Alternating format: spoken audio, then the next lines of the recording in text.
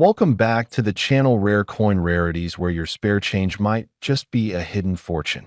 Imagine this, a single 50-cent coin, just one little piece of South African currency, selling for over $10,000.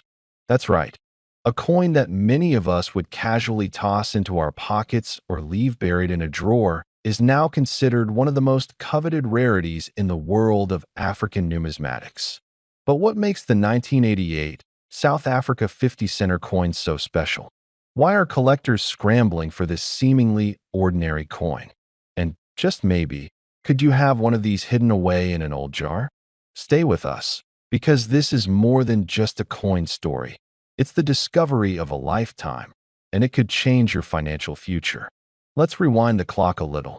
Back in the 1980s, the South African 50-cent coin was a familiar sight. It was a workhorse of everyday transactions, used for bus rides, small purchases, and perhaps tucked away in the backs of wallets or forgotten on countertops.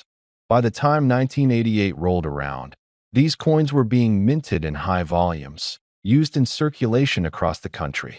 Little did anyone know, however, that tucked away in those same stacks of routine change were a select few coins that would go on to fetch prices in the tens of thousands. And this is where the story of the 1988 South Africa 50-center coin gets exciting. At first glance, it looks just like any other coin in your pocket. Reverse side, the iconic South African coat of arms, flanked by the country's name in both English and Afrikaans. Simple, clean, and familiar. Obverse side, the denomination and year of issue, rounded off by the classic design that many of us recognize. But here's the twist. There's something special hiding beneath the surface, and it all starts with a mint error. You see, while most 1988 50-cent coins were struck without issue, a rare few were struck on the wrong metal planchet, the disc that the coin is minted onto. Instead of the usual cupronickel, the typical metal used for the coin, these specific coins were struck on a different type of metal entirely, possibly nickel or aluminum bronze. This was a massive mistake on the part of the mint, but for collectors, it was a dream come true. Why does this matter so much? When a coin is struck on the wrong metal, it becomes a mint error, and mint errors are gold mines for numismatists. A coin with a mismatched metal can be worth many times more than the same coin made with the intended material.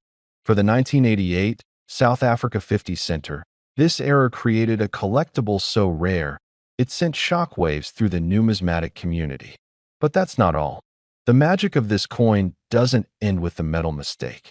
There's another error that can elevate its value even further, the double die error. This happens when the dies used to strike the coin become misaligned, causing the design on the coin to appear doubled or blurred. This is incredibly rare, and when it occurs, the resulting coin becomes one of the most desirable collectibles on the planet. Imagine the sheer excitement of spotting one of these coins in your collection. It's like finding a treasure chest buried in your pocket change. Now, let's talk about condition.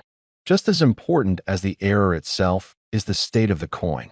In order to reach that lofty price of $10,000, the coin needs to be in pristine condition.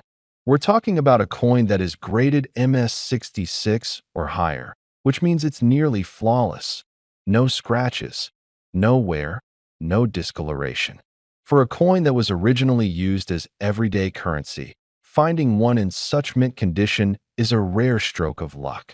But that's exactly what happened with the coin that recently sold for $10,000. It had the rare mint errors, but it was also in such impeccable shape that it could have been freshly minted yesterday. And here's the kicker. When coins like this sell for astronomical sums, counterfeits and fakes are never far behind. So how do you make sure you're not being duped into buying a replica instead of a rare treasure? Let's arm you with a few quick tips to help you spot a fake coin before you make a costly mistake. Weigh it.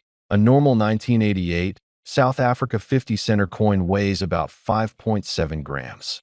If it's lighter or heavier than that, it's time to be suspicious. The magnet test. Real South African 50-cent coins are not magnetic. If your coin sticks to a magnet, It's either a fake or made from the wrong material entirely.